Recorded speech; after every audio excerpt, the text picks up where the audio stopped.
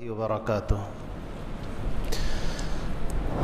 الحمد للہ وکفی وسلام علی عبادہ الذین اصطفیٰ اما بعد۔ عزت و احترام کے لائق بھائیو، عزیز ساتھیو، آج اس مبارک موقع پر استخارہ کے عنوان سے کچھ بات ہم سنیں گے۔ اللہ رب العزت سے دعا ہے کہ اللہ تعالی صحیح سمجھ اور دو چار باتیں جو کم وقت میں ہمارے سامنے آئے گی اسے صحیح سمجھنے اور عملی زندگی میں شامل کرنے کی توفیق عطا فرمائے۔ ایک حدیث مبارکہ، بلکہ حضرت عبداللہ ابن عمر رضی اللہ تعالیٰ عنہ کی ایک روایت میں آپ کے سامنے نقل کرتا ہوں، جس میں حضرت عبداللہ ابن عمر رضی اللہ تعالیٰ عنہ فرماتے ہیں کہ آدمی کو بہت سارے کام ہوتے ہیں، تو پھر انسان اللہ سے مشورہ کرتا ہے، جس کو استخارہ کہتے ہیں۔ ہم لوگ استخارہ کا مضمون سمجھتے ہیں، لیکن اس کی بہت ساری نوعیتیں ہمارے ذہن میں ہیں۔ حضرت عبداللہ ابن عمر رضی اللہ تعالیٰ عنہ فرماتے ہیں کہ آدمی کچھ کرنا چاہتا ہے تو اس کے سامنے دو راہیں ہوتی ہیں۔ آدمی بزنس کرنا چاہ رہا ہے تو یہ کروں یا یہ کروں، تو پھر آدمی یہ کوشش کرتا ہے کہ اللہ سے استخارہ کر لو۔ اب استخارہ کرتا ہے تو پھر اس کے سامنے کچھ چیزیں کھلتی ہیں کہ یہ کام کرنا چاہیے، پھر وہ کرتا ہے، لیکن اس کو اس میں مزہ نہیں آتا، تو پھر وہ اللہ سے ناراض ہو جاتا ہے کہ میں نے اللہ سے مشورہ کیا، میں نے اللہ سے استخارہ کیا، اس کے باوجود مجھے کوئی فائدہ نہیں ہوا۔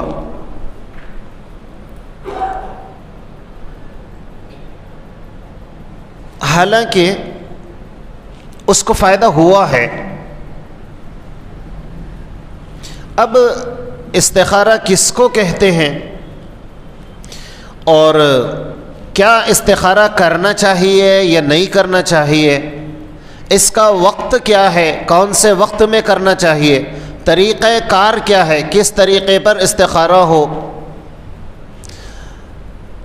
موٹی موٹی مختصر باتیں ہیں۔ سب سے پہلی بات تو یہ ہے کہ استخارہ کا طریقہ بالکل آسان ہے، کوئی مشکل نہیں، اور بزرگان دین کا معمول بھی ہے۔ اللہ والے استخارہ کیا کرتے تھے اور کرتے ہیں۔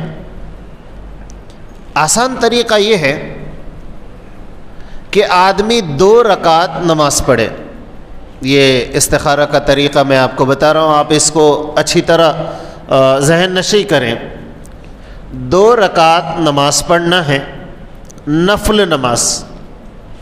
نیت یہ ہو کہ اللہ، میں استخارہ کی 2 رکعت نفل نماز پڑھتا ہوں۔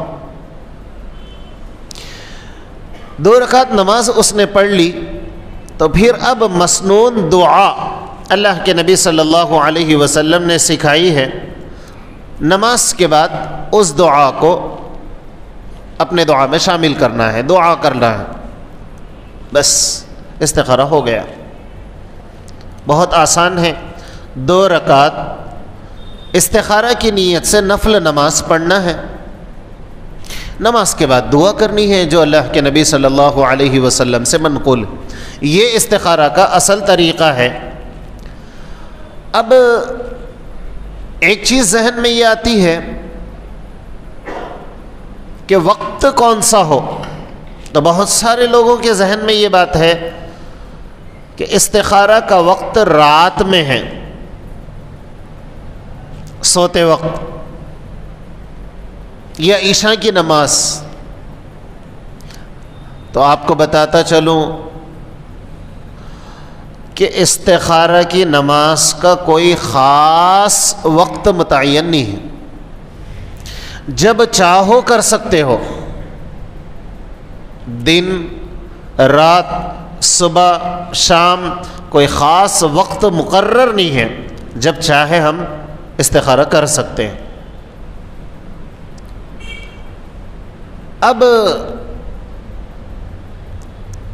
انسان کے سامنے کچھ باتیں ہیں، جیسے مثال کے طور پر استخارہ اتنے دن کرو تو خواب میں یوں نظر آتا ہے، خواب گرے گا۔ مثال کے طور پر ایک آدمی کوئی بزنس کرنا چاہتا ہے، اس نے استخارہ کیا، اب اس کا ذہن یہ ہے کہ مجھے خواب آئے گا اور خواب میں وہ دکان آئے گی جس دکان کو میں ڈالنا چاہتا ہوں، اور پھر مجھے خواب میں بتایا جائے گا کہ میں کروں یا نہ کروں۔ ایسا ضروری نہیں ہے،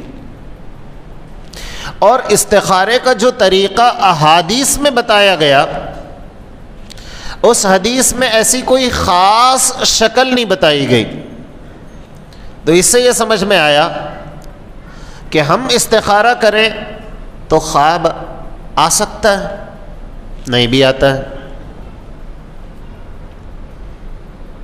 کسی کو خواب نظر آ جائے، ممکن ہے، نہ آئے، یہ اس کے لیے لازم نہیں ہے کہ خواب ہی آتا ہے۔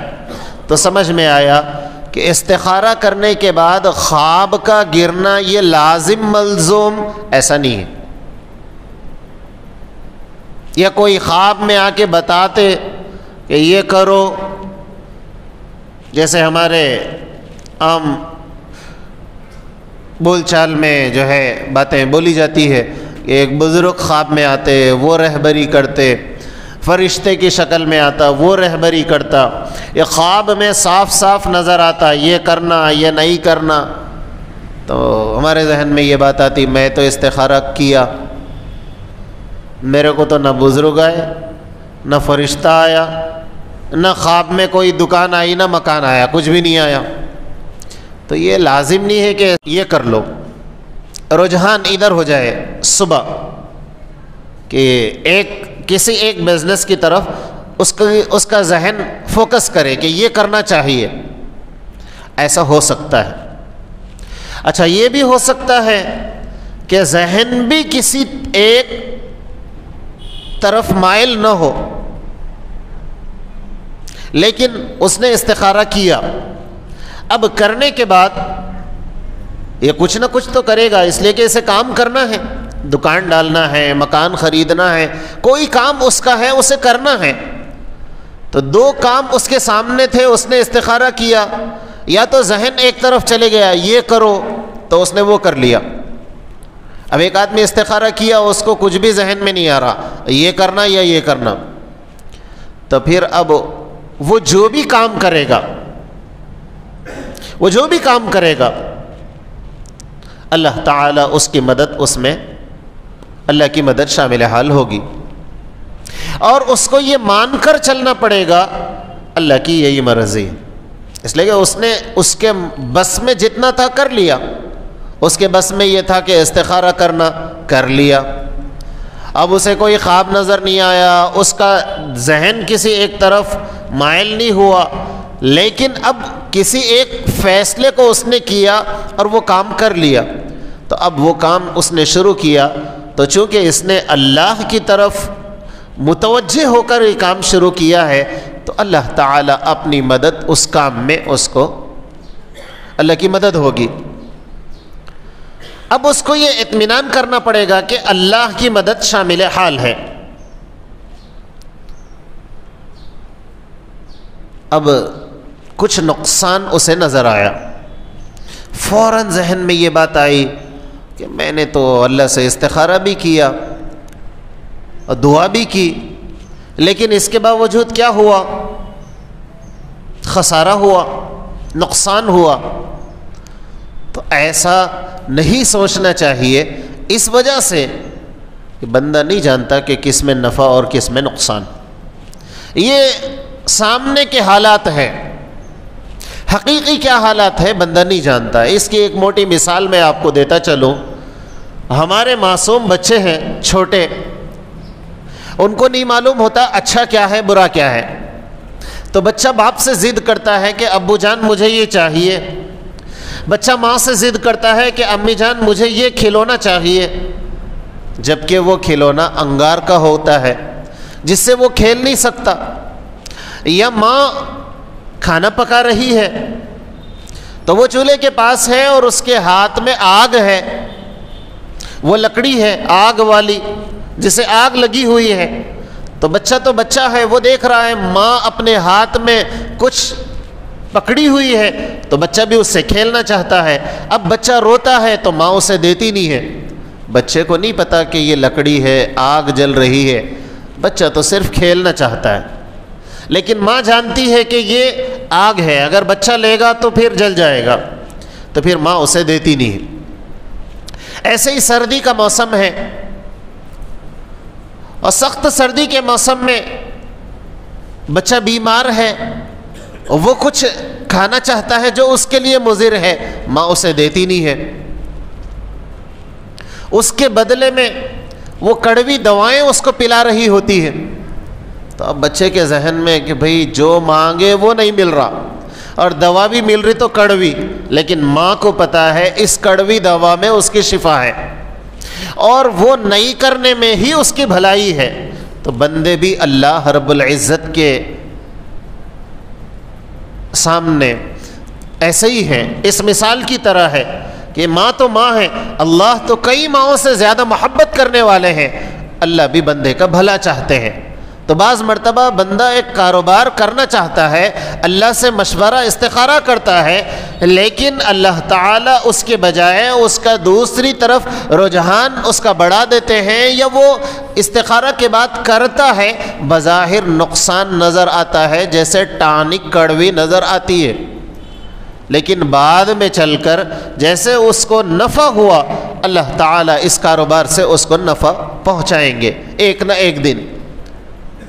اللہ والوں نے تو یہاں تک لکھا یہ بھی ہو سکتا ہے کہ اس کو دنیا بھر میں نفع نہ ملے, اللہ تعالیٰ آخرت کے لیے اس کا ذخیرہ اٹھا کر رکھ لیں اور آخرت میں اس کی منفعت, اس کا نفع اس کے سامنے لائیں. یہ بھی عین ممکن ہے. اس لیے جب بھی استخارہ کرو تو اللہ سے راضی ہو جاؤ, اللہ کی مرضی پہ اپنی مرضی کو شامل حال کر لو, اسی میں ہماری بھلائی ہے. اللہ سے ناراض ہونا یا استخارہ کے بعد ہماری زبان پر میں تو استخارہ کیا تھا شادی کے وقت میں, لیکن پھر بھی میرا حال برا ہے, میری بیوی صحیح نہیں ہے, میں نے استخارہ کیا تھا کاروبار کے وقت میں لیکن مصیبتوں میں ہے, کاروبار صحیح نہیں چل رہا. انسان جانتا نہیں ہے بھلائی اللہ نے اسی میں رکھی. ایک اور ہے کہ میں نے استخارہ کا طریقہ بتایا. ایک واقعہ میں آپ کو بتاتا ہوں کہ سیدنا حضرت موسیٰ علیہ السلام پیغمبر ہیں, بڑے نبی ہیں.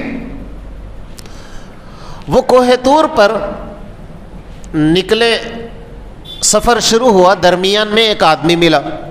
اس نے کہا اللہ کے نبی, اللہ کے پیغمبر, اے موسیٰ آپ تو اللہ سے باتیں کرتے ہیں, آپ کلیم اللہ ہیں, میری گزارش ہے, میں پریشان ہوں,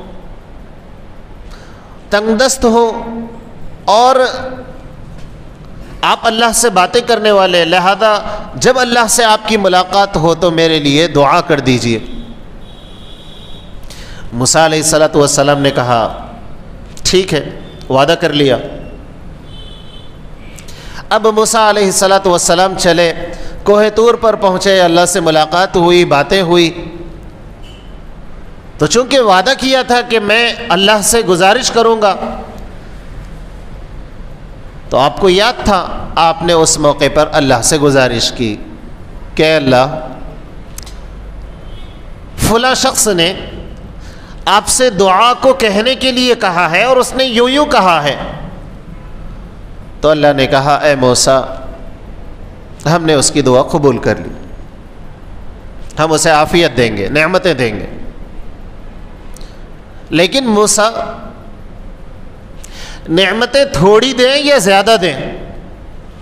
تو اب موسیٰ علیہ السلام تو موسیٰ علیہ السلام ہیں، اور انہوں نے سوچا کہ نعمتیں اللہ دینا چاہتے ہیں اور پوچھ رہے ہیں تھوڑے یا زیادہ، تو پھر تھوڑے کہیں کو زیادہ مانگو۔ تو انہوں نے کہا اللہ زیادہ نواز دیجئے۔ تو اللہ تعالیٰ نے حضرت موسیٰ سے کہا ٹھیک ہے، گویا دعا قبول ہے۔ موسیٰ علیہ السلام جب واپس آپ آئے تو آپ کے ذہن میں وہ بات کہ فلاں شخص نے مجھے کہا تھا دعا کے لیے اور اللہ نے دعا قبولی بھی کر لی، تو اب جا کر ملو، پوچھو تو صحیح۔ اب جب گئے اس کے گھر، لوگوں سے پوچھا کہ فلاں شخص کہاں ہے، تو لوگوں نے کہا کہ اس کا انتقال ہو گیا۔ وہ حیران ہوئے اور پتہ کیا کب انتقال ہوا، تو بتایا گیا فلاں وقت میں اس کا انتقال ہوا ہے۔ اب موسیٰ علیہ السلام کی حیرانی اور بڑھ گئی۔ جس وقت اس کا انتقال ہوا وہ وہی وقت تھا جس وقت اس کی دعا قبول ہوئی۔ تھوڑے لمحات کے بعد جب اللہ نے کہا تھا کہ میں نے دعا قبول کی ہے، اس کے کچھ ہی لمحات کے بعد ان صاحب کا انتقال ہو گیا۔ اب موسیٰ علیہ السلام اور پریشان۔ اب یہ اللہ کے نبی، انہوں نے پھر اللہ سے پوچھا کہ یا اللہ یہ کیا ماجرا ہے؟ آپ نے تو کہا تھا کہ میں نے دعا قبول کر لی اور یہاں بجائے اس کو انعامات ملنے کے یہ فوت ہو گیا۔ تو اللہ نے فرمایا موسیٰ ہم نے کیا کہا تھا؟ ہم نے کہا تھا تھوڑی نعمتیں دے یا زیادہ دے، تو تم نے کہا زیادہ دو، تو ہم نے دعا قبول کر لی۔ اور زیادہ نعمتیں تو دنیا میں نہیں مل سکتی، دنیا تو بہت تھوڑی ہے، اس لیے ہم نے اسے اپنے پاس بلا لیا، اس کو جنت کی نعمتیں دیں۔ تب موسیٰ علیہ السلام کی دعا تو قبول ہوئی لیکن زندگی ختم ہو گئی اس کی۔ اس واقعے سے ہمیں یہ سمجھ میں آتا ہے کہ اگر دعا کے قبول ہونے کے بعد موت بھی آ جاتی ہے تو یہ اس کی کامیابی ہے۔ استخارہ کرنے کے بعد اگر کوئی آدمی کاروبار کرتا ہے یا کوئی کام کرتا ہے یا سفر کرتا ہے، اگر بظاہر نقصان نظر بھی آتا ہے تو یہ انسان ہے، ساری چیزوں کو نہیں جانتا، اللہ سے اس نے استخارہ کیا ہے، یقیناً اس کا بڑا نفع اس میں ہے، وہ آج نہیں تو کل، کل نہیں تو پرسوں، ایک نہ ایک دن اس کے سامنے آئے گا، فائدہ ہے۔ اس لیے اللہ سے استخارہ کرنا چاہیے۔ اس روایت میں جو عبداللہ ابن عمر رضی اللہ تعالیٰ نے دو باتیں بتائی، ایک تو یہ ہے کہ بندہ ناراض ہو جاتا ہے کہ میں نے استخارہ اللہ سے کیا تھا لیکن اللہ تعالیٰ نے کوئی فائدہ مجھے نہیں دیا، ایسا نہیں ہے، ناراض نہ ہو، یقیناً اسی میں فائدہ ہے۔ اور دوسری چیز یہ ہے کہ استخارہ کا طریقہ میں نے بتایا ہے، ایک مرتبہ پھر بتا دوں۔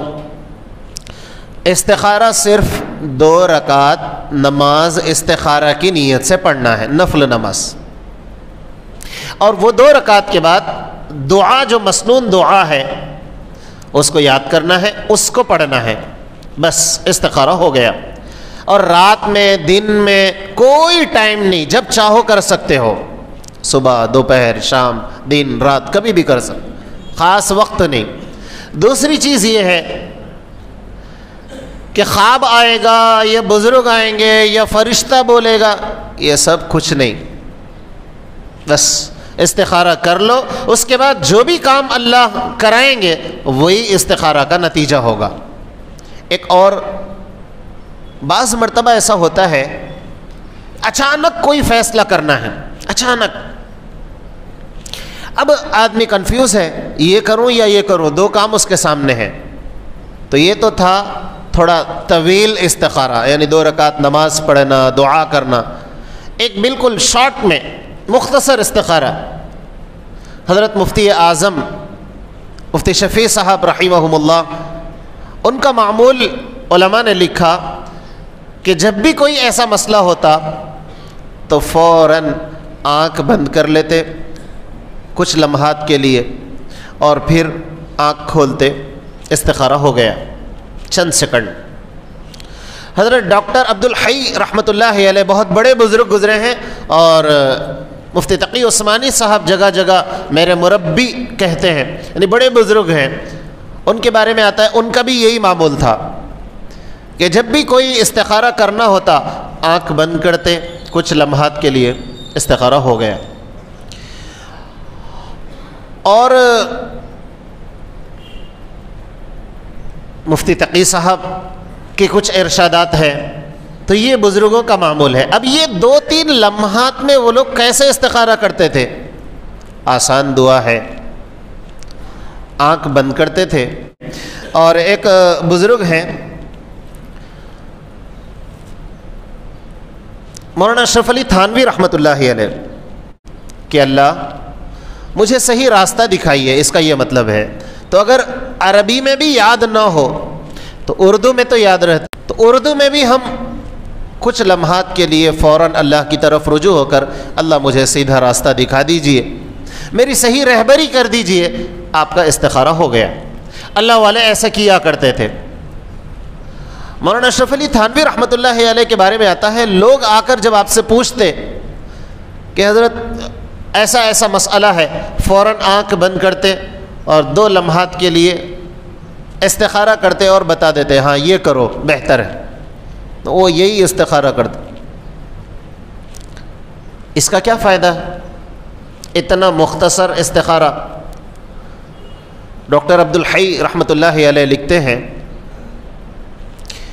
کہ ایک تو فائدہ یہ ہوا بندے کا کہ اس کا استخارہ ہو گیا مختصر وقت میں، جب وقت تنگ ہو اور فرصت سے کرنے کا ٹائم نہ ہو، اور دوسرا فائدہ اس کا یہ ہوا کہ وہ اللہ سے اس کا تعلق جوڑ رہا ہے۔ یہ جو 2 منٹ کے لیے یا 2 سیکنڈ چند سیکنڈ کے لیے یہ دعا پڑھ رہا ہے، وہ کیا کر رہا ہے؟